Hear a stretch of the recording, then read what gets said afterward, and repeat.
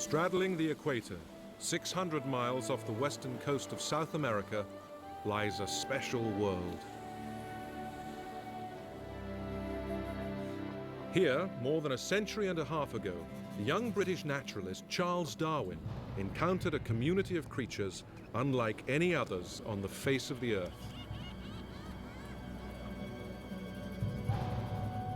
The insights he gained from his voyage to this remote corner of the globe would forever change our view of the natural world.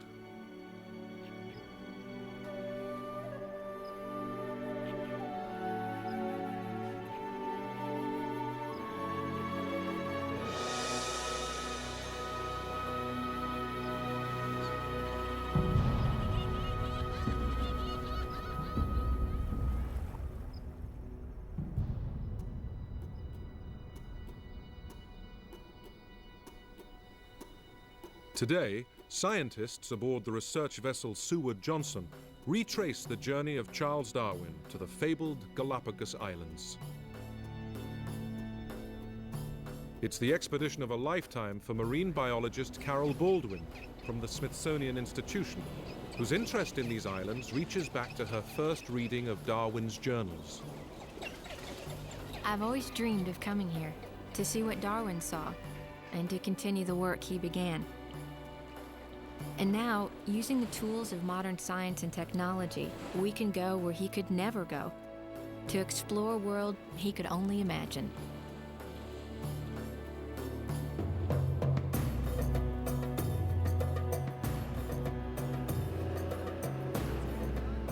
Arriving with Carol is a team of scientists whose areas of interest range from birds and reptiles to deep-sea fish. Their mission? To add to our understanding of how life has evolved on these islands and in the relatively unexplored waters off their shores.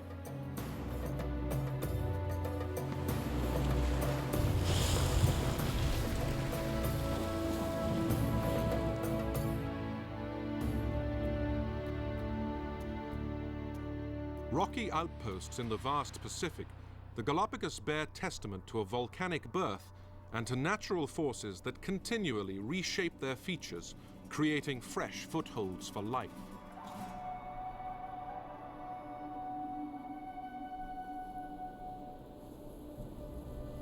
Compared to the age of the Earth, these islands are young. Thrust up from the floor of the sea over the past few million years, they suggest a land that is still in the process of creation.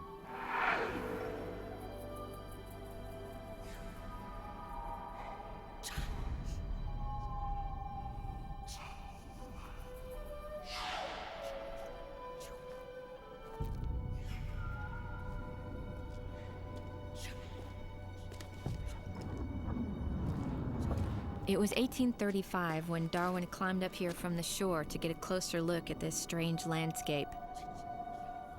Nothing, he wrote in his journal, could be less inviting at first appearance. And when you've hiked for an hour over these rivers of frozen lava, you do start to wonder how anything could possibly live here. Then suddenly, something moves.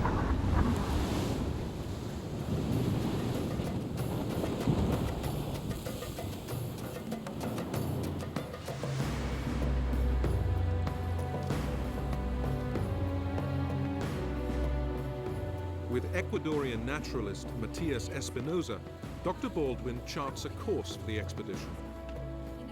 More than 20 islands make up the Galapagos archipelago.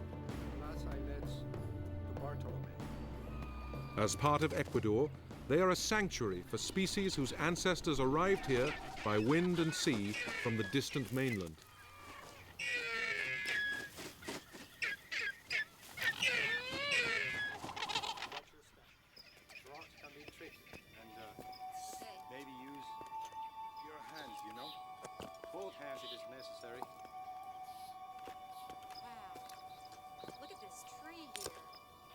There are lots of underground caves on the island.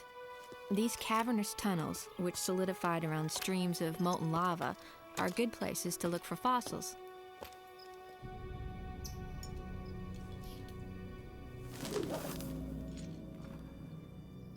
But for someone who's at home in a wetsuit, mask, and fins, cave exploration is a real challenge.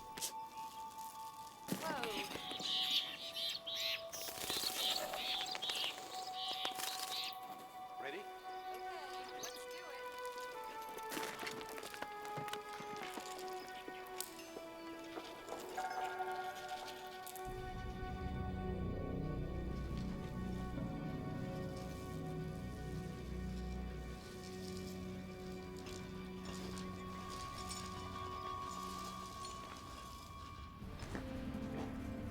Wow, it's really beautiful in here.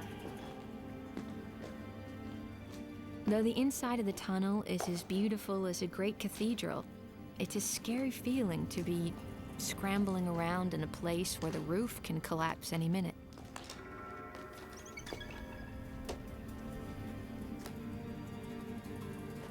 Watch your steps because some rocks are loose, you know? Yep.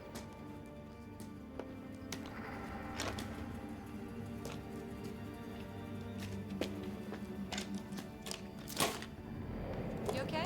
Yep.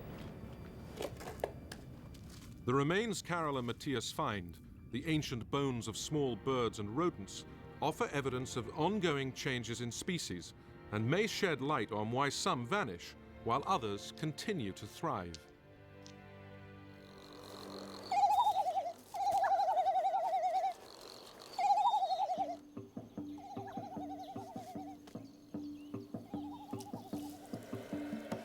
Found nowhere else on Earth, the giant Galapagos tortoise is one of the island's survivors. Built like a half-ton tank, the hefty reptile may not win any races, but it can live over 100 years.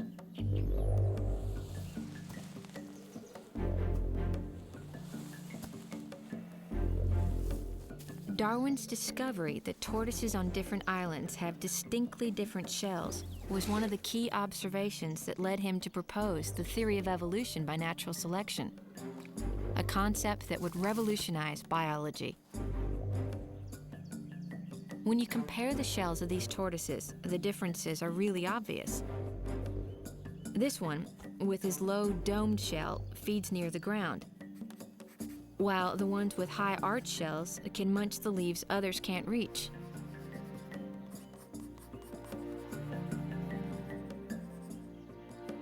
Darwin realized that both of these tortoises evolved from a single species that washed up on these shores millions of years ago.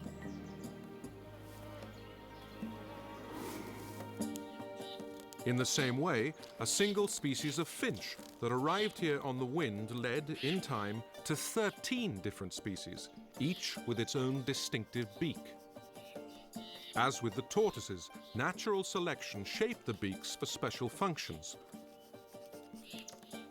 Bigger beaks crack the heavy seeds, and more slender bills probe for tiny insects.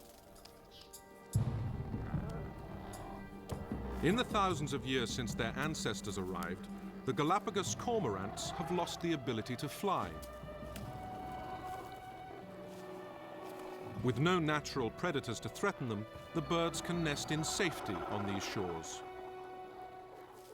Over long generations, strong wings, once vital for escape, gave way to short, stubby ones, more energy efficient and useful for steering when swimming after fish.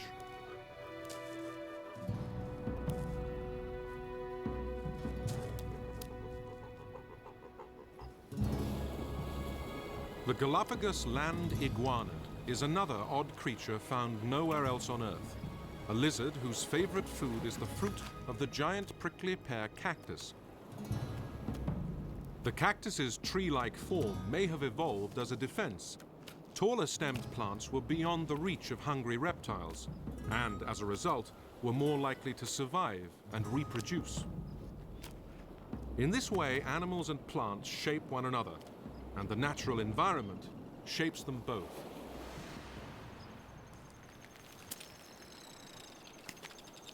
For biologists like Dr. Baldwin, the isolation of these islands is a powerful lure, a place where the processes and results of evolution may be more easily observed.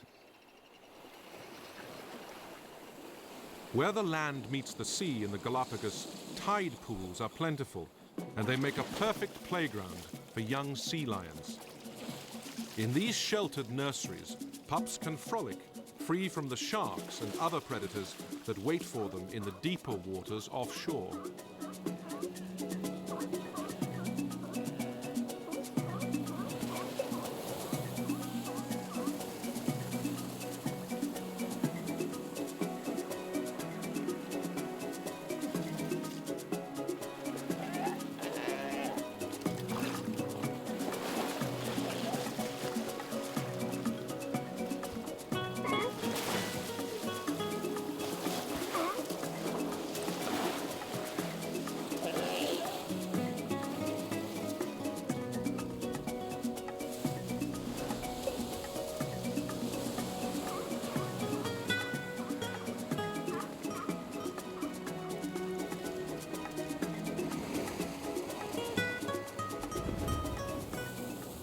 Nearly every creature here depends on the sea for its food.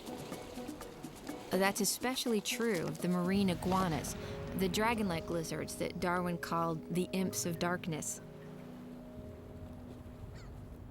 As a marine biologist, I'm fascinated by the adaptations of these amazing reptiles. Unlike other lizards, they've evolved the ability to take advantage of the resources of both the sea and the land.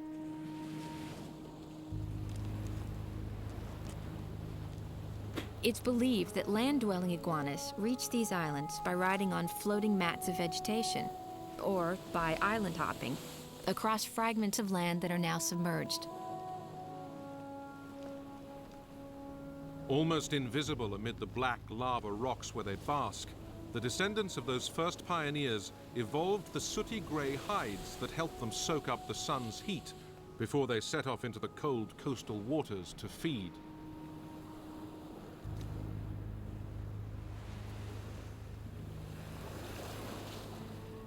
Each day when their body temperatures have risen, the iguanas turn their attention to the sea, and, like an alien army, they abandon their posts on the rocks and march into the waves to feast on the seaweed that grows off the shore.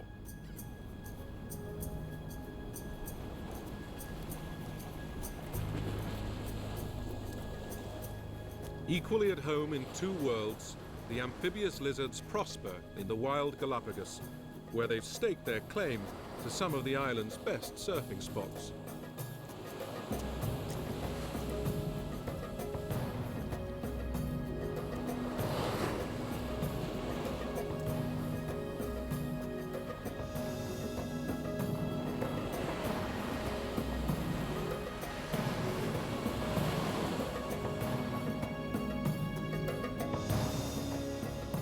The Galapagos Islands are merely the tip of the iceberg, or more properly, the volcano, and very little is known of the wonders that lie underwater. Here, in a world that Darwin saw only through the window of a glass-bottomed bucket, the real work of the marine biologist begins.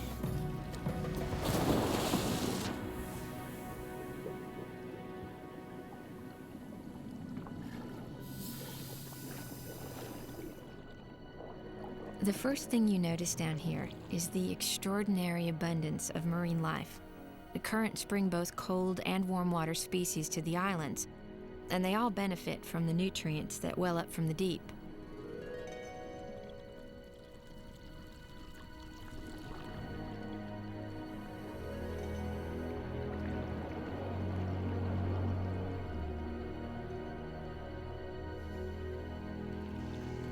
You also can't help noticing how tame all the creatures seem to be. Just as on land, the underwater inhabitants, like the inquisitive sea lions, have little fear of humans. And they seem to enjoy distracting me from my work.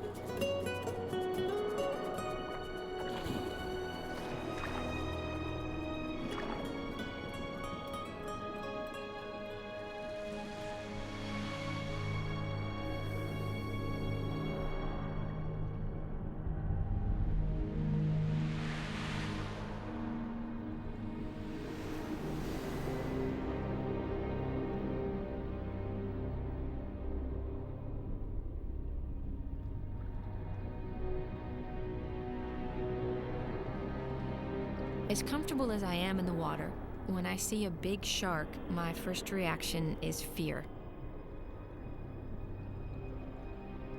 Though shark attacks on humans are rare, it pays to be wary. Sharks aren't known for their keen eyesight, and in this murky water, they might just mistake me for something they like to eat.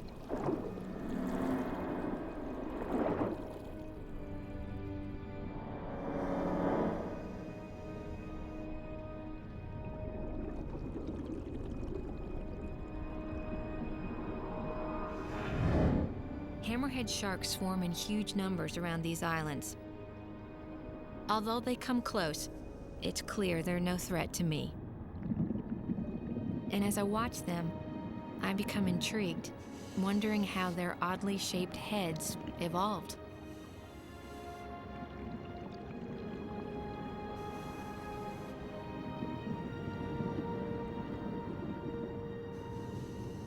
We do know that the heads contain sensors that pick up electromagnetic fields. This sixth sense may help the sharks locate their prey. But whatever their secret, it's working. They've been around for millions of years, while lots of other species have gone extinct.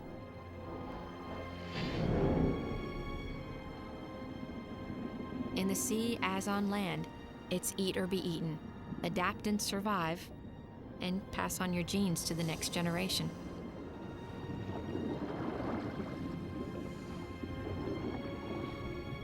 Scientists like Carol Baldwin have only begun to probe the many marvels and mysteries that lurk in these waters.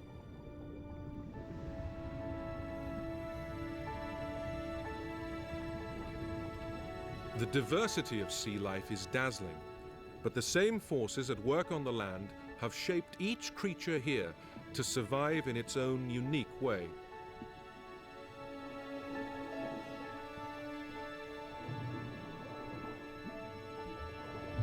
While some hunt for fish in the open waters, others, like the stingray, use camouflage to hide from predators or to surprise their prey.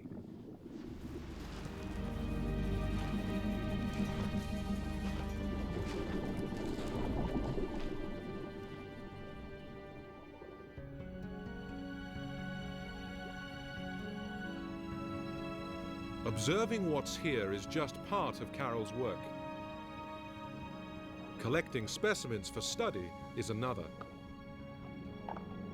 Each tiny fish that she takes home may add to her understanding of natural selection and the interconnectedness of life in the sea.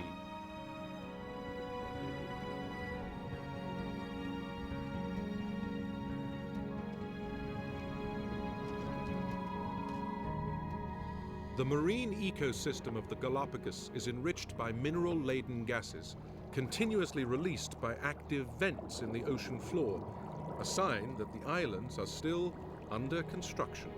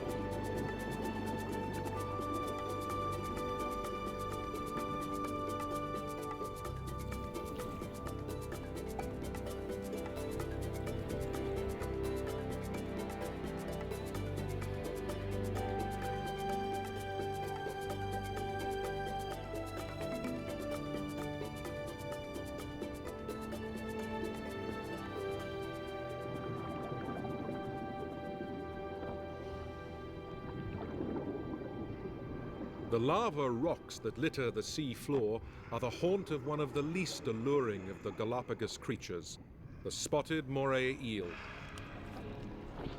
The snake-shaped fish has a mouthful of needle-sharp teeth and powerful jaws that can snap with the force of a bear trap.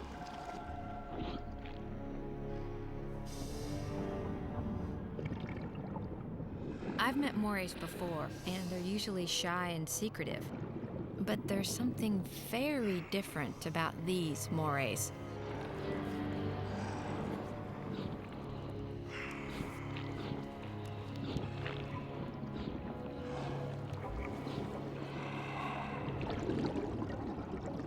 Morays, like sharks, have poor eyesight, but an excellent sense of smell. I wonder, is it the fishes I've collected in my net that interest them, or is it me? I'm not about to stick around to find out.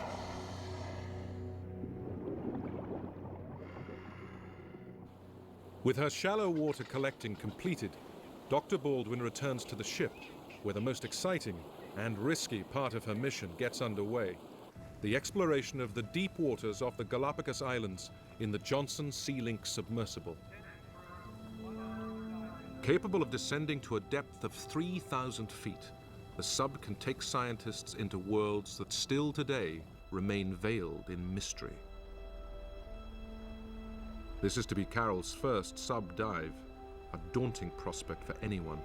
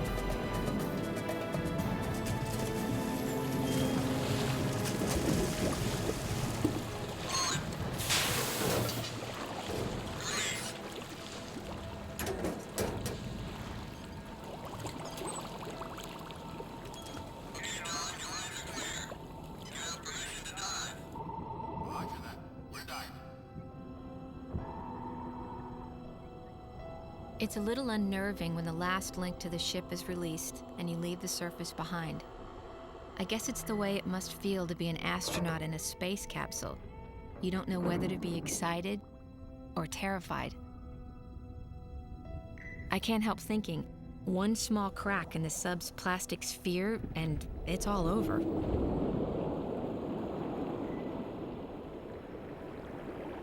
But then I remember how privileged I am to be here. Every dive on the sub is a voyage into the unknown, into a world that a generation ago we could only dream about and could never really hope to see.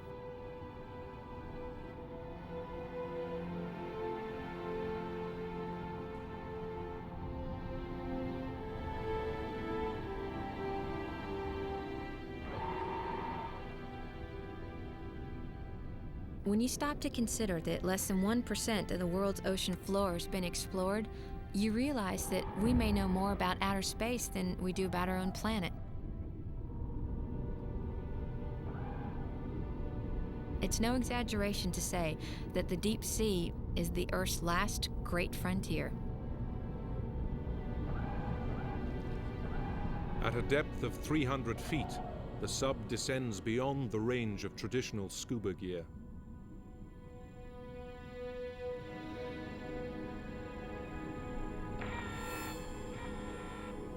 The sub's lasers frame its remote-controlled cameras, and its robot arm is made ready to collect living specimens to bring back to the ship for study.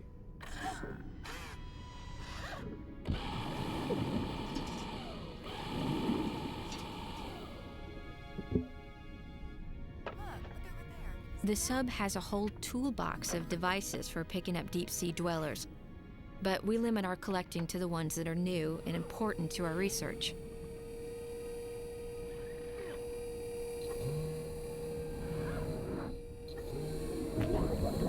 The first catch of the day, a peculiar fish with leg-like fins, rides in the craft's collection bucket.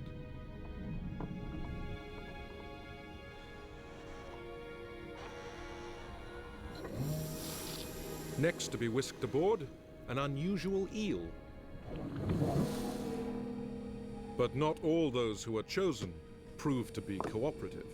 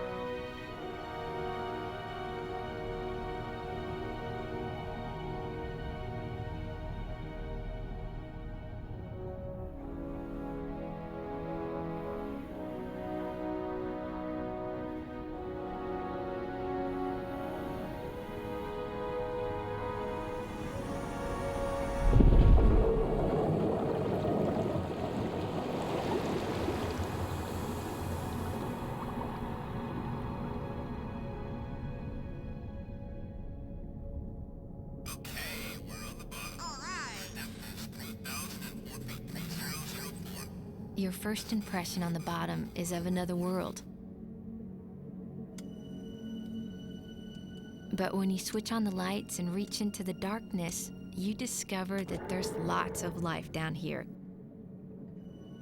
The bottom is sand. The slope is probably about 25 or 30 degrees. You've just got to know where to look. Let's see what's out there.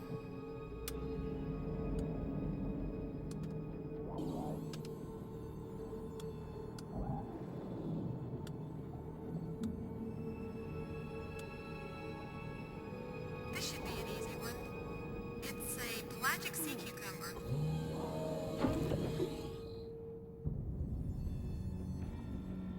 Hey guys, we just got a sea cucumber. Some things I'm not familiar with. We're just gonna collect some sand and we'll check them in soon.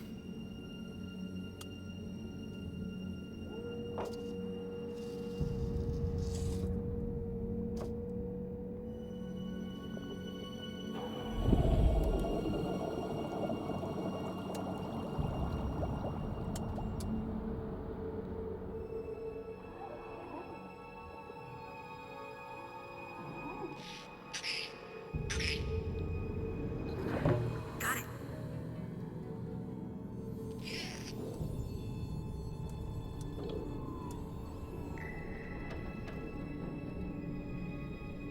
Request permission to leave the bottom.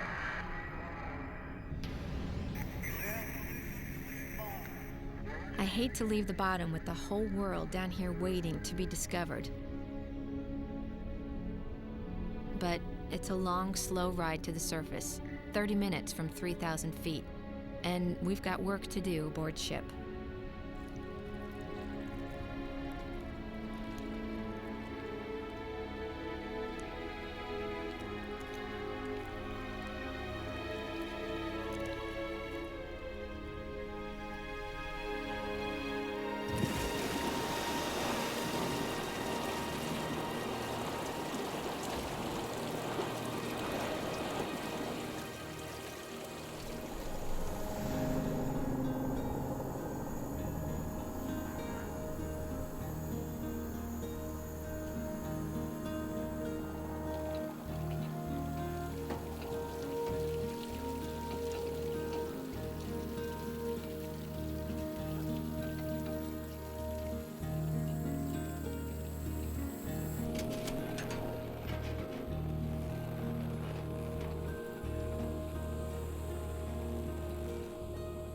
The dive has been an incredible high, and I can't wait to see up close the amazing things we've collected.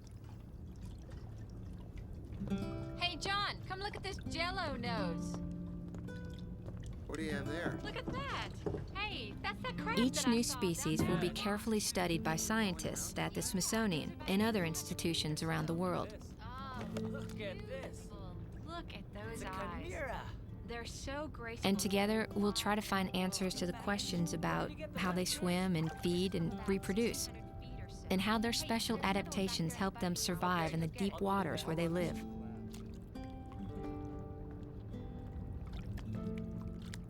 I have a real fascination with everything we found, and it's an unbelievable experience to hold in my hands a creature that, until now, no one has ever seen alive. All of us on the team share a tremendous respect for these sea creatures and for the strategies they've evolved to survive in a cold, dark world where we wouldn't last a minute. Come look at this. What you got? Look at that sea cucumber there. We thought they were sponges. Start with this. Yeah, start with a fish.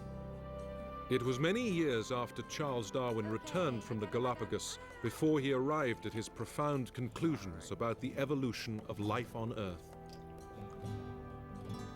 Good.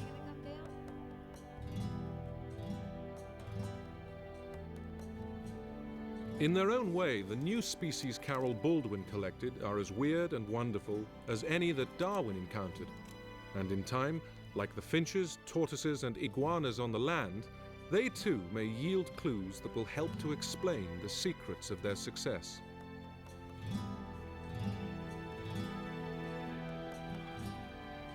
An observation Darwin jotted in his journal in 1835 is as true today as it was then. These islands, he said, seem to be a little world within themselves, a perennial source of new things.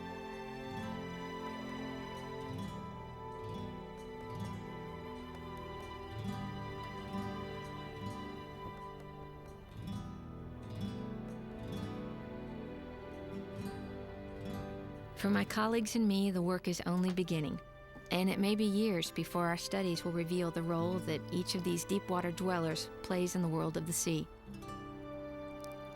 But we know that they all have secrets they can teach us.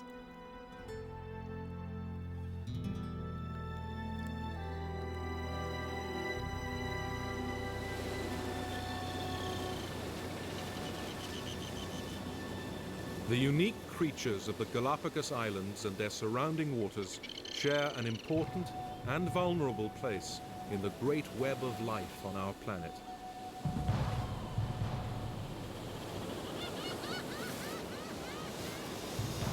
Scientists now know that evolution is an ongoing process and that living things everywhere are constantly changing, adapting, and giving rise to new forms.